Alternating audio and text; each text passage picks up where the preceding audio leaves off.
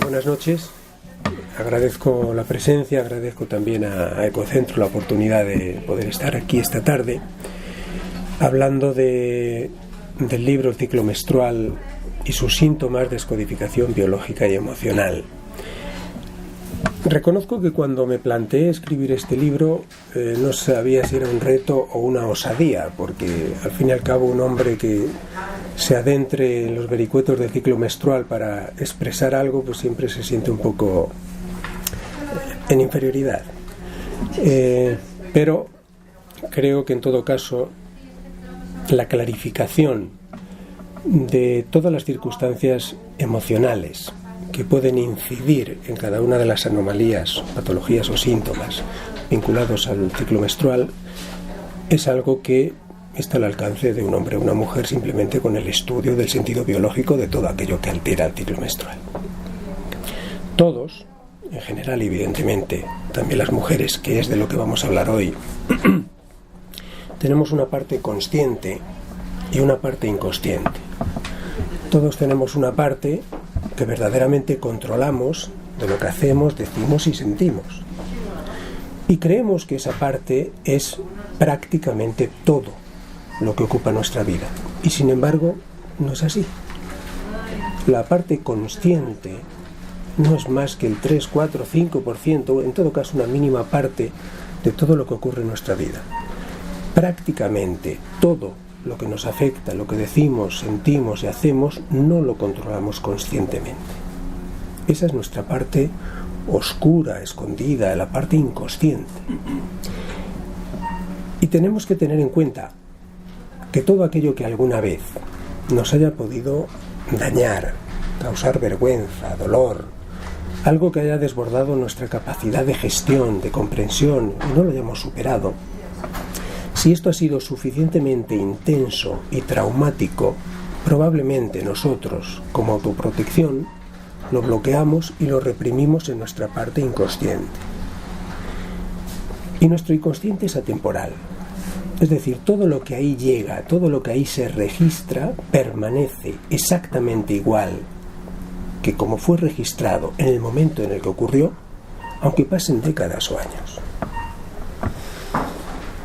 Para hablar explícitamente del ciclo menstrual, debemos ser conscientes de que en esa parte inconsciente que toda mujer tiene, hay distintas capas con distintos registros emocionales que inciden de manera distinta en cómo pueda ser luego su vida desde el punto de vista emocional, relacionado con cómo viva su feminidad, su sexualidad, su rol de hija, de hermana, de madre, etc. Hay una capa en el inconsciente que es la que depende del inconsciente familiar o de la memoria transgeneracional. Todo lo que porta una mujer, de lo que hayan vivido, sufrido y experimentado las mujeres de su propio clan, por lo menos hasta las 4 generaciones previas. Cómo hayan vivido su rol de mujer, hija, hermana, esposa, etc. ¿Qué es lo que les pueda haber alterado en esos roles, en esas funciones?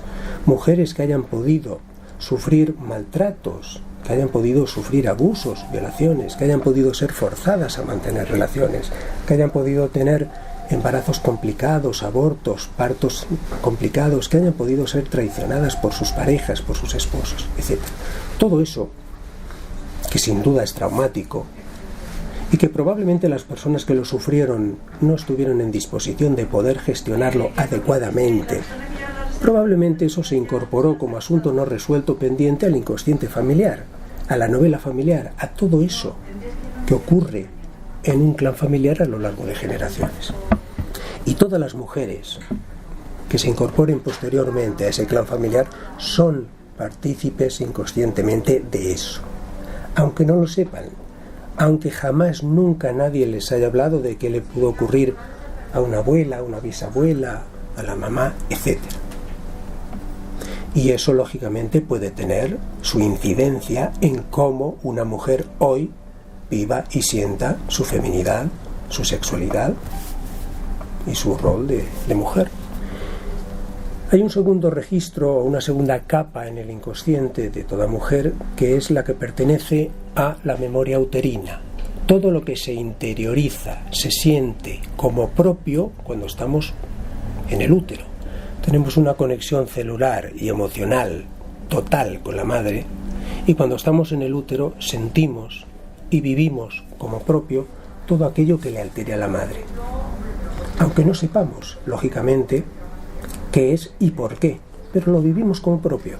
Y por tanto, todo lo que tenga que ver con los conflictos que nuestra madre, en su relación de pareja, en su convivencia en el núcleo familiar, etcétera, etcétera, todo lo que le pueda alterar cuando estamos dentro de ella, en el útero, lo sentimos, lo vivimos como propio y lo incorporamos a nuestra primera memoria emocional, o a la segunda, después de la transgeneracional, la primera después de la concepción. Y eso también incidirá en cómo viva la mujer después, vuelvo a repetir, su rol de niña, de hermana, de esposa, etc. Y hay un tercer registro emocional, una tercera capa en el inconsciente de toda mujer, que es la que recibe cuando desarrolla su primera infancia. Fundamentalmente depende de cómo sea el ambiente familiar en el que se educa, en el que crece, cuál sea el ambiente que sienta y perciba en la relación entre los padres, cuál sea el trato que ella considera que reciba en la fratría, en la hermandad, con respecto a sus hermanos varones o niñas también. Todo eso también incidirá en cómo viva y sienta después su feminidad. El hombre antiguo aprendió desde muy temprano que la menstruación era algo extraño, aparentemente inexplicable y sospechoso. Y llamaba mucho la atención que la mujer, que sangraba todos los meses, y sin embargo, esa hemorragia no suponía para la mujer ningún menoscabo físico, o por lo menos no la inhabilitaba para llevar una vida ciertamente normal. Por eso, desde la más temprana antigüedad, el ciclo menstrual, la menstruación, todo lo que tiene que ver con el ciclo menstrual ha sido algo postergado, algo ninguneado, algo recluido al ámbito de lo privado, silenciado, oculto, algo sucio, pecaminoso, algo de lo que no se habla. Y prácticamente ha sido así hasta hace no mucho. Evidentemente en las últimas décadas se ha avanzado mucho al respecto, sobre todo en las sociedades occidentales, pero todavía es algo de lo que pues cuesta un poco hablar, o digamos que se vive en la intimidad y en silencio. El ciclo menstrual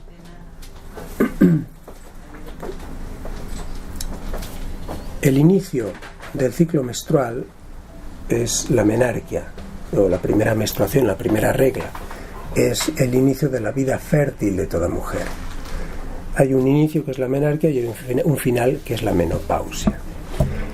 La menarquia, desde el punto de vista terapéutico, desde el punto de vista de la descodificación biológica para comprender qué es lo que ocurre, porque el cuerpo habla y el cuerpo dice lo que las palabras callan. En la menarquia debemos tener en cuenta dos circunstancias: si es temprana o si es tardía. Si partimos del hecho de que una menarquia normal se suele presentar entre los 10 y los 13 años, todo lo que sea anterior a los 10 es temprana y posterior a los 13 es tardía.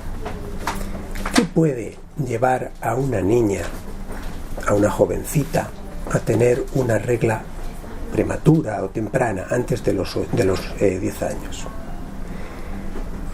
Pues hay dos circunstancias principales. Una, que esa niña pueda ser parentalizada. ¿Qué es una niña parentalizada?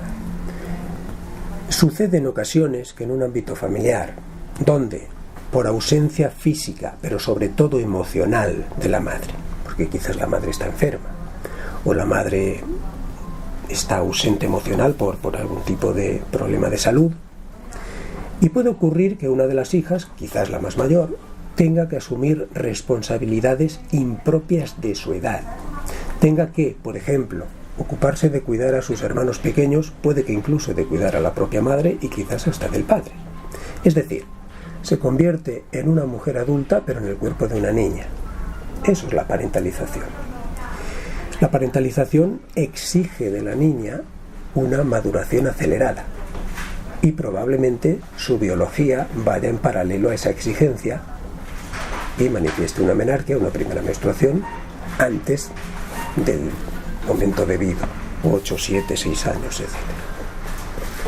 Hay otra circunstancia que muy habitualmente lleva a una menarquia temprana. En ocasiones, por las circunstancias familiares que sean, puede haber un anhelo de tener una cercanía física con el padre por parte de la hija.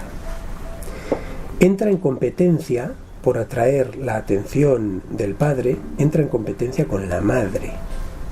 Y para competir en igualdad de condiciones, necesita ser mujer. Necesita estar a la altura en ese aspecto de la madre. Y se puede presentar una menarquia temprana en esas circunstancias. La menarquia tardía muy habitualmente está referida a lo que llamamos un proyecto paterno contrariado. Si cuando esa niña estaba en el útero materno, por la conexión celular y emocional que tenía con la madre, sabe inconscientemente que afuera la están esperando quizá como un niño, se crea una lealtad a ese anhelo, a esa ilusión, a esa pretensión de los padres. Y aunque evidentemente no es un niño, probablemente adoptará actitudes y hábitos para tratar de ser aquel niño que estaban esperando. Y uno de ellos puede ser retrasar durante varios años la menarquia, la primera regla. Hay otro caso en el que la menarquia se suele presentar muy tardía, que es cuando una niña realmente quiere seguir siendo tratada como una niña en el ambiente familiar. Es una niña que no quiere volar, que no quiere madurar, que quiere seguir siendo la princesita de la casa, por decirlo así. Y a veces en esos casos también se presentan menarquias tardías. Y un último caso muy habitual, y por supuesto bastante más dramático que el que acabo de referir, es cuando se producen abusos. La niña que antes de menstruar pueda enfrentar o sufrir algún tipo de abuso, ya sea porque tocamientos, ya sea penetración, cualquier tipo de violación, eso sin duda resulta traumático, no cabe duda de ello. Y aunque sea de manera inconsciente, esa niña ha aprendido que lo que le ha ocurrido probablemente ha sido porque está metida en el cuerpo de una niña, de una mujer. Y probablemente, si no manifiesta biológicamente que verdaderamente es una mujer fértil, quizás tenga más oportunidades de no volver a sufrir o a traer ese peligro. Y se puede retrasar incluso muchos años la primera regla. En los casos más extremos, donde ese abuso al que me he referido puede incluir la penetración, la violación, esta misma solución de una menarquia tardía puede ir acompañada de otras, respuestas mucho más radicales, como por ejemplo la anorexia. Una niña que haya sido abusada y que después sea anoréxica, lo que está haciendo es eliminar, destruir cualquier rasgo físico de su cuerpo para no atraer nuevamente el peligro, para pasar desapercibida.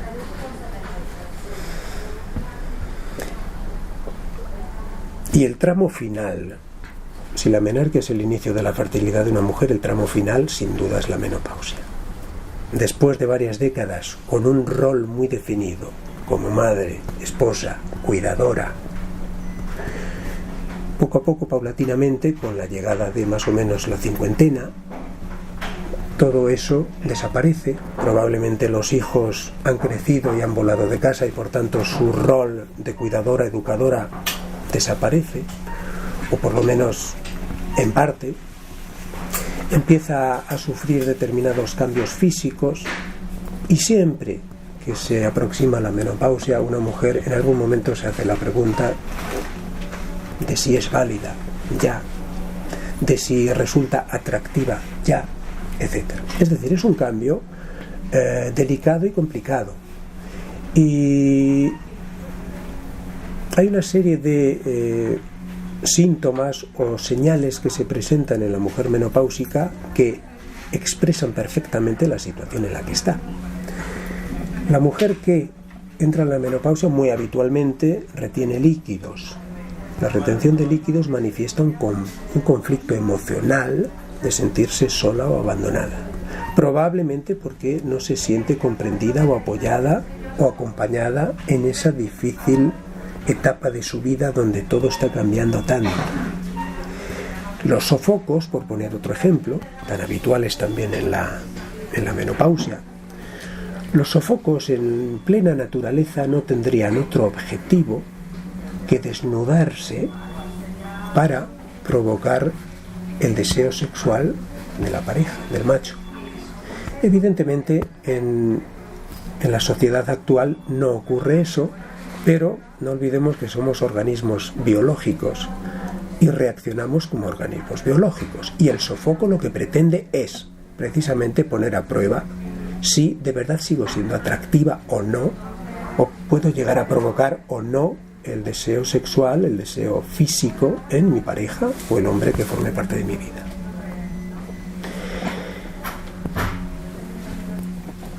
Y entre la menarquia y la menopausia pueden ocurrir muchas cosas que podamos llamar síntomas, anomalías, cosas que afectan o que de alguna manera no fluyen adecuadamente en lo que es el normal desarrollo del ciclo menstrual de una mujer, lo que llamamos los síntomas.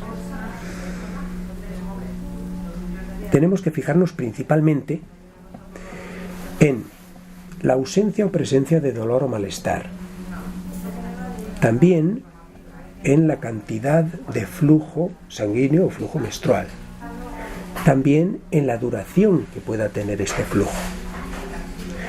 En torno a estas variables es en torno a las que analizaremos cada uno de los síntomas, los principales.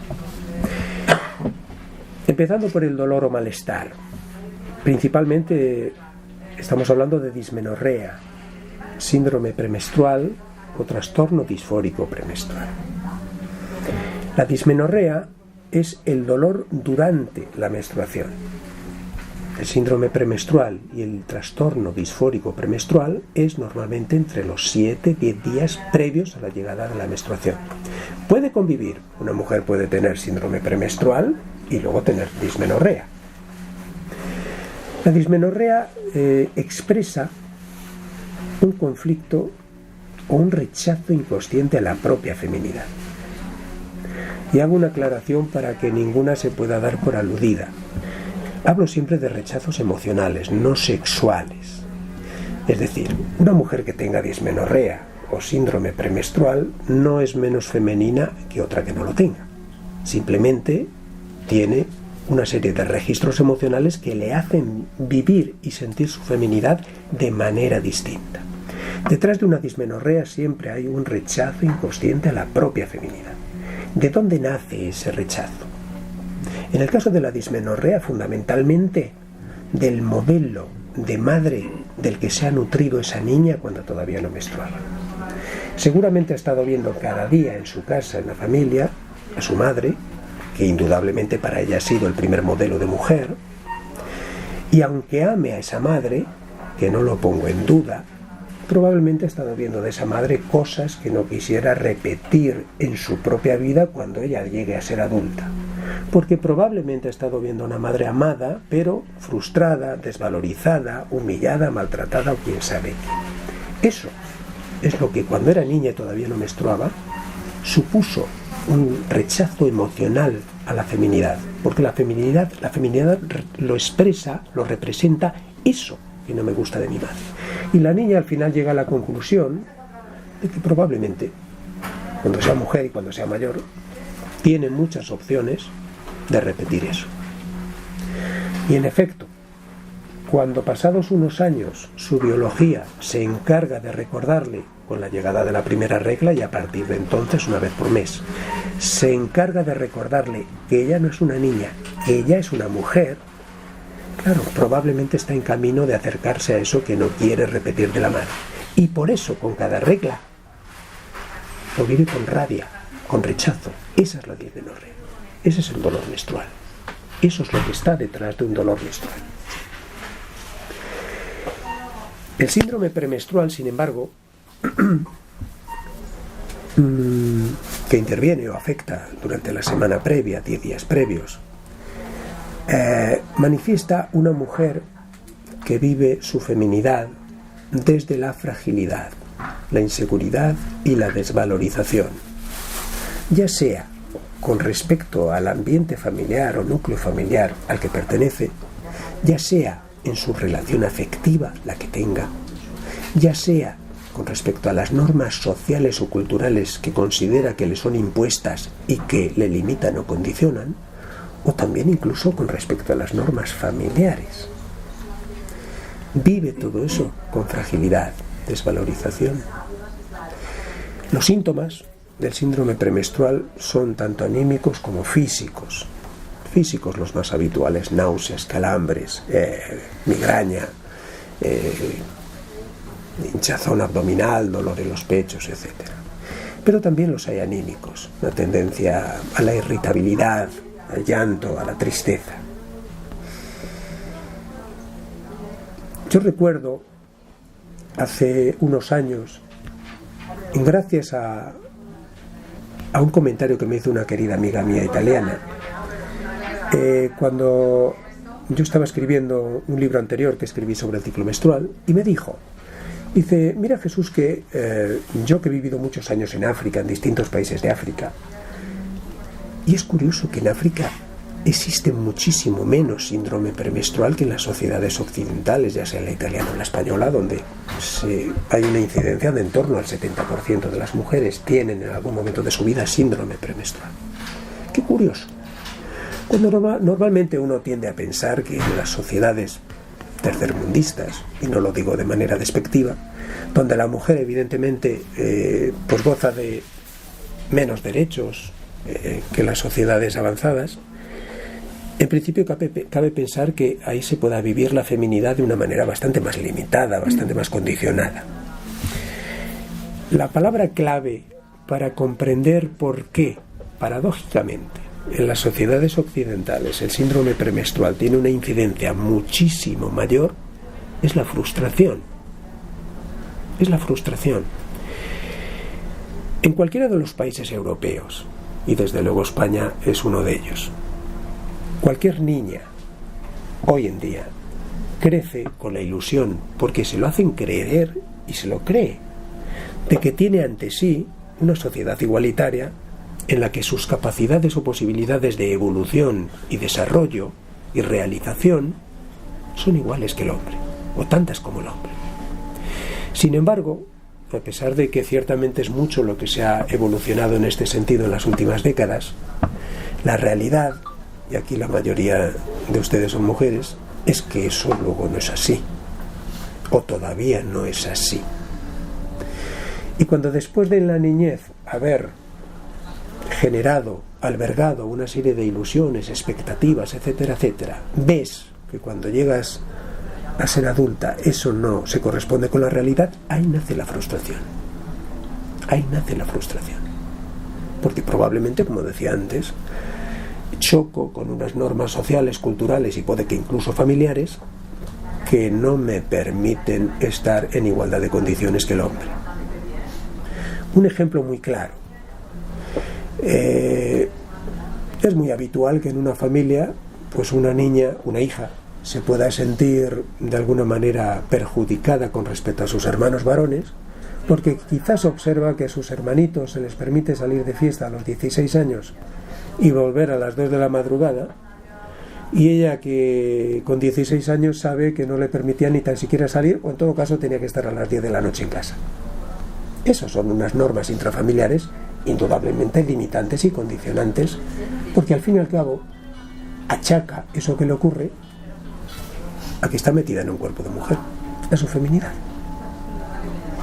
Y sin embargo, en las sociedades tercermundistas, como en estos países africanos a los que me estaba refiriendo, por cruel que sea, y desde luego lo es, la mujer, la niña, no tiene ninguna expectativa, sabe muy bien cuál va a ser su rol, y no tiene, ni nadie le pone ante su mirada, ante sus ojos, la posibilidad de llegar a desarrollar algo.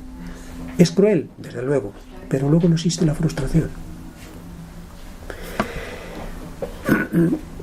La versión radical del síndrome premenstrual es el trastorno disfórico premenstrual. El trastorno disfórico premenstrual tiene una incidencia mucho menor. Se calcula que no más allá del 5% de las mujeres lo sufren. Básicamente los síntomas son los mismos que en el síndrome premenstrual. Malestares físicos y anímicos. Jaquecas, migrañas, irritabilidad, dolor en los pechos, náuseas, etc. Pero en el trastorno disfórico premenstrual tienen muchísimo más peso y son mucho más graves los trastornos anímicos. Depresión, tristeza, desconsuelo, desesperanza, llanto, incluso ideas de suicidio, pensamientos de suicidio. Detrás del trastorno disfórico premenstrual normalmente hay niñas con tendencia de niñas o mujeres con tendencia depresiva, probablemente niñas que no se sintieron reconocidas en el ámbito familiar, que sintieron que no se les otorgó, ni respetó, ni reconoció su identidad en el núcleo familiar. Niñas posiblemente, como he dicho antes, que fueron parentalizadas. Una niña parentalizada, que probablemente a los 7 años de edad tenga que estar afrontando responsabilidades impropias de su edad, verdaderamente es una niña a la que se le está robando su infancia. Porque en lugar de estar jugando, riendo o llorando con sus amiguitas, pues está haciendo otras cosas en la casa y se le está robando su infancia. Y evidentemente eso eclosionará después cuando desaparezca ese escenario familiar en el que ocurre esto y no tenga que estar cuidando a sus hermanos, a su papá, a su mamá o a quien sea, y se dará cuenta de que no ha vivido para sí misma nunca y de que no ha tenido infancia. Y por tanto se sentirá no reconocida. No fue reconocida en su infancia. O no se le respetó su identidad y su lugar. Cuando hablamos del flujo o de cómo sea el flujo menstrual, hay 2 síntomas principales. Uno es la amenorrea y el otro es la menorragia. La amenorrea sirve tanto para identificar las reglas que son escasas, que pueden durar 1 día, 2 días, 3 días, o los ciclos menstruales que se presentan cada 40, 50, 60, 90 días, lo que sea. En ambos casos hablamos de amenorrea. Detrás de la amenorrea, como he dicho antes cuando hemos hablado de la menarquia tardía, también es muy habitual encontrar proyectos paternos contrariados. Niñas que en el útero sintieron que estaban siendo esperadas afuera como bebés, como varones. Detrás de la amenorrea, y evidentemente, persiste esa lealtad a aquella ilusión de los padres. Mujeres que rechazan ser mujer y desde luego rechazan también la posibilidad de un embarazo. Quizás por sufrimientos que hayan tenido otras mujeres en generaciones previas de su propia familia. Quizás por embarazos complicados y partos complicados que haya podido tener la madre con hermanos anteriores o con ella misma. Y todo eso sigue registrado en su inconsciente. Y todo eso, como autoprotección, la puede llevar a tener un número de ovulaciones al año muy inferior a una mujer normal. Evidentemente, si una mujer que tiene amenorrea tiene la regla, por poner un ejemplo, cada 60 días, es muy fácil hacer el cálculo de que al cabo del año tiene el 50% de ovulaciones que una mujer con un ciclo menstrual normal. Y siendo así, evidentemente la posibilidad de embarazo también, como mucho, será del 50%. Existe un bloqueo a la posibilidad de quedar embarazada y quizás esto responde a un anhelo de protección o autoprotección. La menorragia. La menorragia es el flujo muy abundante, ya sea en un número de días normales, 3, 4, 5 días, o el flujo muy abundante porque se mantiene durante 6, 7, 8, 9 días. Cuando el flujo es abundante y el número de días es normal, pongamos por ejemplo 3, 4, 5, esa es una mujer que siente que no tiene el control de su vida, que siente que otros hacen y deciden por ella. Sin embargo, cuando ese flujo menstrual sale de lo normal en cantidad, pero es porque dura 8, 9, 10 días, ahí lo que se está manifestando sobre todo es un cierto rechazo a la pareja, a la intimidad, al contacto, a las relaciones.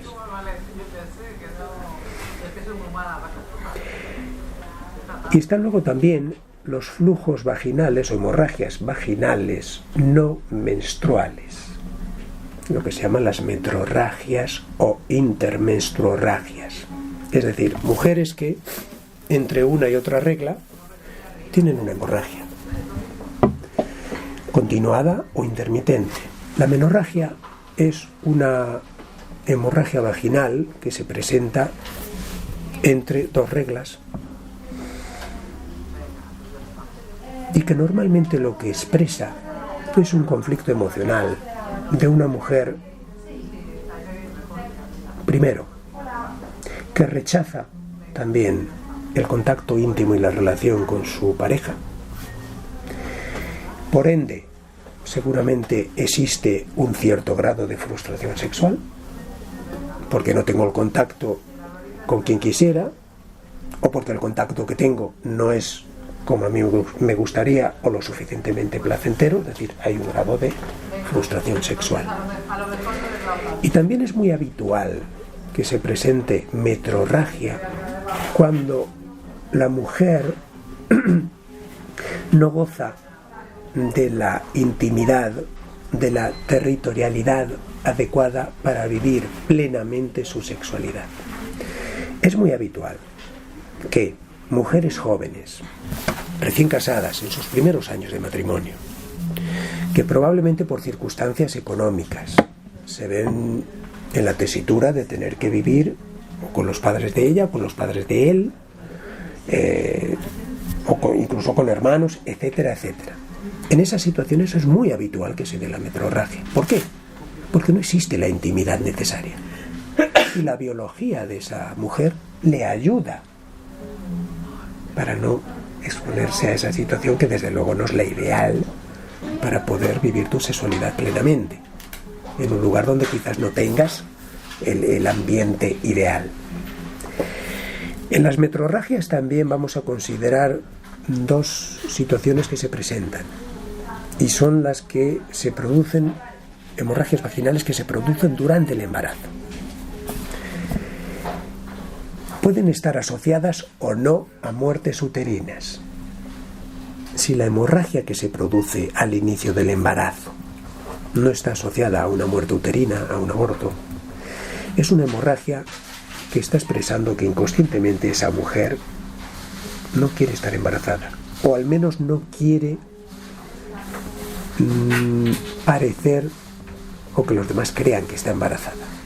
Hay un cierto rechazo, por tanto, al embarazo. Pero más habitualmente, las hemorragias vaginales que se producen durante el embarazo son la eliminación de un embrión, de un feto. Normalmente se le recomienda que haga reposo y adelante. Bien. Cuando esa muerte uterina forma parte de un embarazo multifetal, es lo que después se llamará síndrome del gemelo perdido o del gemelo superviviente, depende desde dónde lo veamos. Alrededor del 20% de los embarazos empiezan siendo multifetales. Pero, al final, ni siquiera el 2% de los partos son multifetales. Esto quiere decir que en casi el 20% de los embarazos, o el 18%, ahí se producen muertes uterinas. Muertes uterinas que casi siempre se producen antes de la semana 10 o como muy tarde de la semana número 12. Muertes uterinas de las que normalmente solo queda el rastro de esa eliminación de un flujo sanguíneo y punto. Y no se comprende más. Evidentemente, conscientemente, la madre o la mujer embarazada no sabe qué es lo que ha ocurrido, pero inconscientemente sí. Y por eso es muy frecuente que mujeres que han tenido este tipo de o abortos o muertes uterinas de un embarazo multifetal empiezan a tener problemas con su ciclo menstrual después. Irregularidad, amenorrea, dolor menstrual, etc. ¿Qué es lo que está pasando ahí? Conscientemente puede que no sepa absolutamente nada de lo que ha pasado. Inconscientemente sí.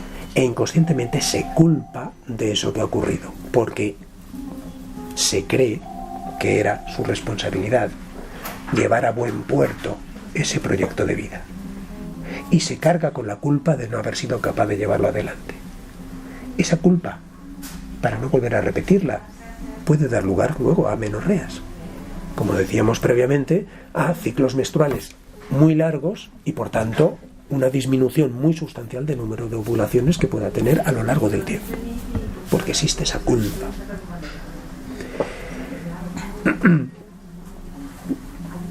Y el otro tipo de flujos o hemorragias vaginales que se producen son las intermenstruorragias intermitentes. Flujos de pequeña cantidad, pero intermitentes en distintos momentos o fases del ciclo menstrual. El más conocido y el más habitual de ellos es el spotting. El spotting puede aparecer en los días previos a la regla o en los días posteriores. Sí es un flujo menstrual, sí está vinculado a la menstruación, pero en los días previos puede presentarse una pequeña hemorragia intermitente o en los días posteriores a la regla.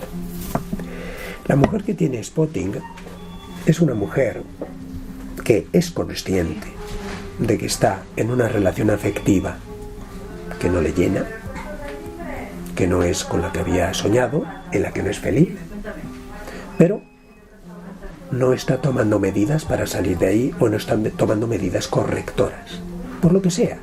Porque no se atreve, porque no puede, por otros intereses, por lo que sea. Está inmersa en algo de lo que conscientemente sabe que no va a ser probablemente para toda la vida, pero está atrapada o se siente atrapada. Ese es el spotting. Otra intermenstruorragia es la disobulia. La disobulia es una ovulación defectuosa, es decir, que tiene lugar en el ecuador del ciclo menstrual. Una ovulación que no llega a buen puerto, que no se materializa, que se interrumpe. Evidentemente eso muestra un claro rechazo inconsciente a la posibilidad de quedar embarazada. La disobulia. Y la otra intermenstruorragia, que no es menstrual, es la sinusorragia. La mujer que sangra cuando está teniendo relaciones o inmediatamente después de tenerlas.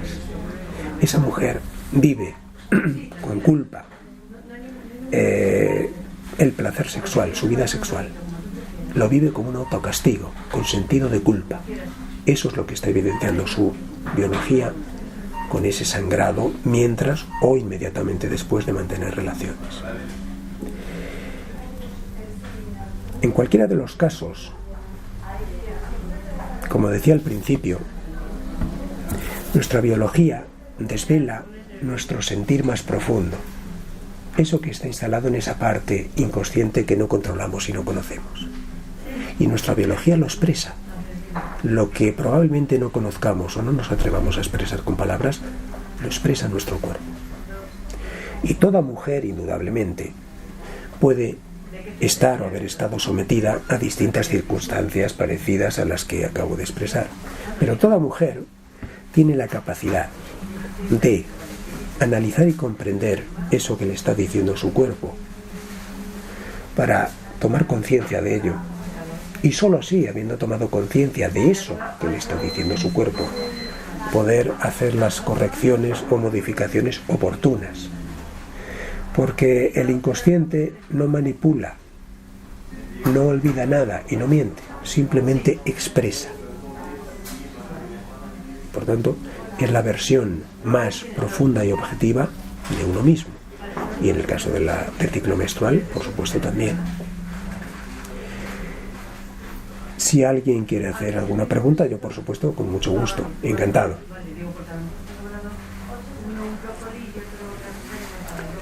¿Alguien se atreve? En el tema de que se corrija de forma alimenticia, o sea, si todos esos factores que has contado a través de la alimentación se corrigieran, esos que has sanado esa parte, o incluso con la alimentación no se podría solucionar. Claro, porque es que a mí me surge eso, ¿no? Yo estoy, que hay gente que le ha pasado cosas, en todo que ha tenido ese problema durante muchísimos años y a lo mejor con la alimentación han conseguido que esos síntomas desaparezcan. Sí. Pero no sé si se ha sanado esa parte inconsciente, ¿no? de la mujer. Lo que pasa es que se puede obtener algo que atenúe el síntoma, algo que intervenga y atenúe el síntoma, o se puede ir directamente a la raíz a cortar. O sea, eso como la pastillita, ¿no? Digamos que la alimentación es como una pastilla que tapa el síntoma de alguna manera. Está claro que cuando hablamos del mundo emocional, mira, todos podemos tener un control, y de hecho tenemos un control sobre lo que sentimos y lo que pensamos. Creo que en eso podemos estar todos de acuerdo. Ninguno tenemos control sobre nuestras emociones, ninguno. Desde el más inteligente al más estúpido. Nadie tiene control sobre sus emociones. Y aquello que a ti te provoque miedo, rabia, ira, cólera, tristeza, cuando ocurre te provoca eso y no lo puedes evitar. Quizás luego aprendas a convivir con ello, pero cuando irrumpe te provoca eso. ¿Por qué? Pues porque las emociones, a diferencia de los pensamientos y sentimientos, proceden de mi inconsciente, de esa parte de mí mismo ante la que estoy indefenso porque no la controlo. Bien, detrás de todo síntoma, de cualquiera de estos que me he referido, hay situaciones o conflictos emocionales de algo que alguna vez ha resultado doloroso, vergonzoso, y eso sigue anclado en el inconsciente de la mujer hoy, aunque haya ocurrido cuando estaba en el útero, en la primera infancia o cuando haya sido. Evidentemente, la procedencia o raíz del síntoma que esté afectando a una mujer hoy en su ciclo menstrual es bastante más profundo que corregir la dieta o ir a la farmacia a por una pastilla. No digo que no se deba ir a la farmacia para mitigar un dolor, no es eso a lo que me refiero, pero es bastante más profundo que eso. Y desde luego, para aspirar a liberarse por completo del conflicto, hay que tratar de ir a la raíz. Y cuando se repiten así madres, hijas, por eso, hijas de las hijas, se repite un patrón, claro, por eso, cuando llega la menstruación llega a la misma edad, todas llegan a la misma edad, todos tienen los mismos síntomas. ¿Sabes? Si se repiten, sabes que tu madre también lo ha tenido, tu hermana también, sí. Y las hijas de tu hermana también. Sí.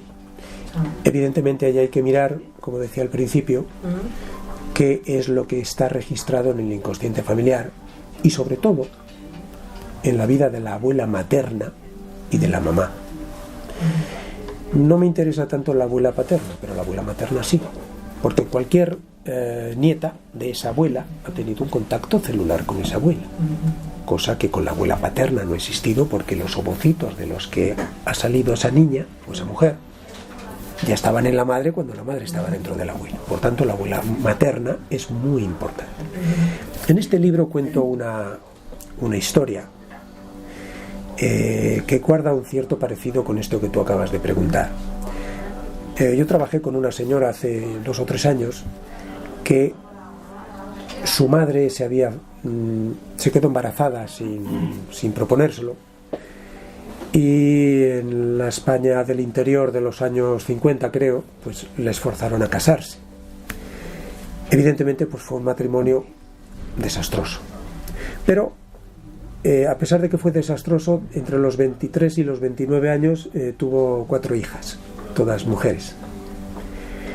Y la hija pequeña, que es a la que yo me estoy refiriendo, me decía y me reconocía que ella en su vida, en su infancia, siempre había escuchado a su madre decirle que venir al mundo y ser mujer era venir a sufrir.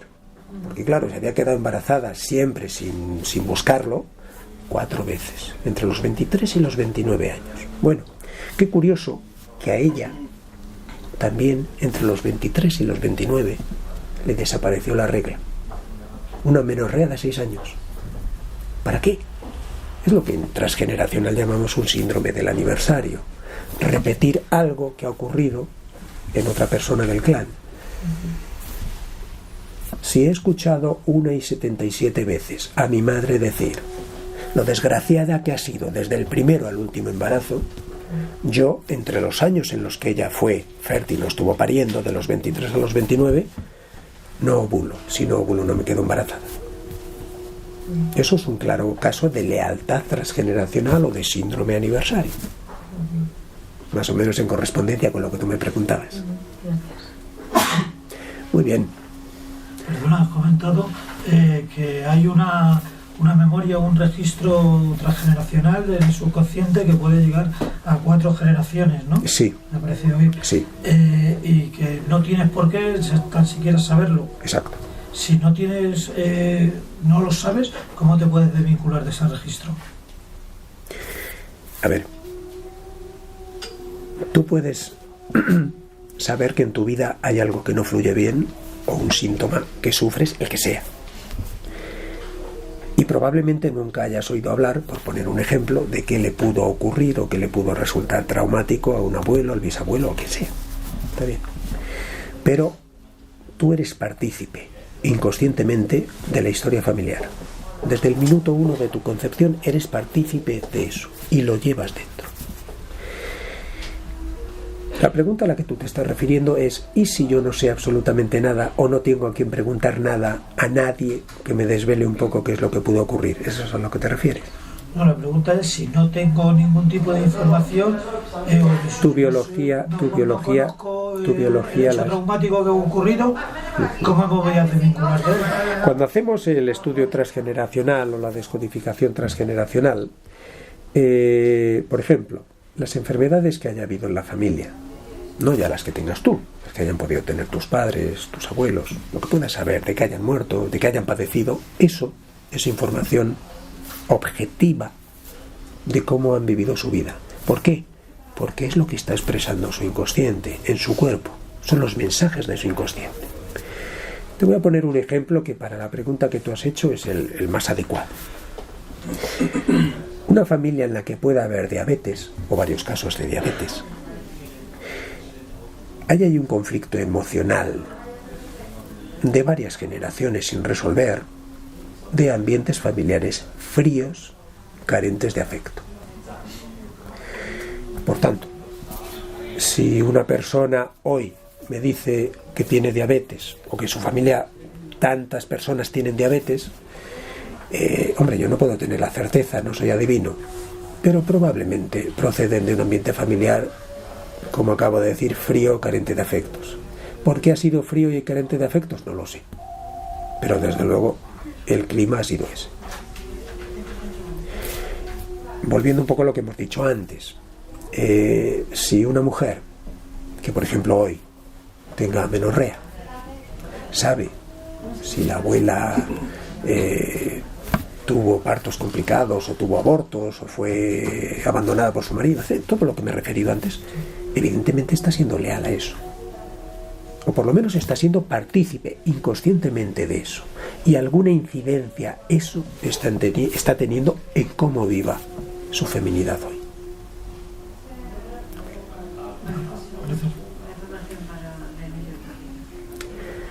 Bueno, pues agradezco mucho. ¿Querías preguntar? Bueno, yo estaba ahora como sí. Pensando, entonces yo entiendo que si, por ejemplo, los síntomas de un síndrome disfórico premenstrual o trastorno disfórico o el premenstrual, trastorno para sanarlo es hacer consciente lo inconsciente. Bien, ¿no? sí. Es lo que entiendo. Evidentemente, nada se puede hacer si no se hace consciente lo que era inconsciente. Es decir, hay que tomar conciencia de qué es lo que está detrás de mi síntoma. ¿Qué es lo que está alimentando y sosteniendo eso que a mí me pasa? ¿Qué aspectos o circunstancias de mi vida están detrás de lo que a mí me pasa? Eso es absolutamente necesario. Si no pasas por eso, pues es como salir a cazar pájaros de noche sin una linterna. Las posibilidades de éxito son prácticamente nulas. Pero lo sigues arrastrando, ¿no? Si no pones una solución a eso, digo que lo sigues arrastrando. Evidentemente. Hay veces que la mera toma de conciencia sirve para liberarse de un síntoma. Me he referido previamente, cuando hemos hablado de la dismenorrea, a qué tipo de situaciones en el modelo de madre que se ha tenido están detrás de una dismenorrea. Y normalmente, hasta donde llega mi experiencia, tomar conciencia de eso posibilita muy rápido, tan rápido como en 1 hora o media hora, librarse de la dismenorrea. Y sé de lo que hablo.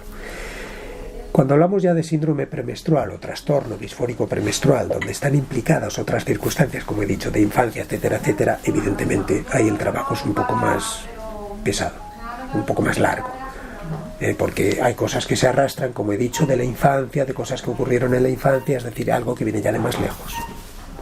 Y son muchos más síntomas, no es solo el dolor menstrual, hay jaquecas, hay tendencias depresivas, tristeza, desesperanza y muchas otras cosas. Hay una niña interior que sigue llorando por lo que le ocurrió cuando era niña. Y claro, es un trabajo un poco más detallado el que hay que hacer.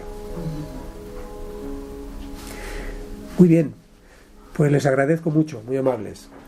Si alguien quiere que le firme algún libro o cualquier cosa, con mucho gusto, encantado. Gracias.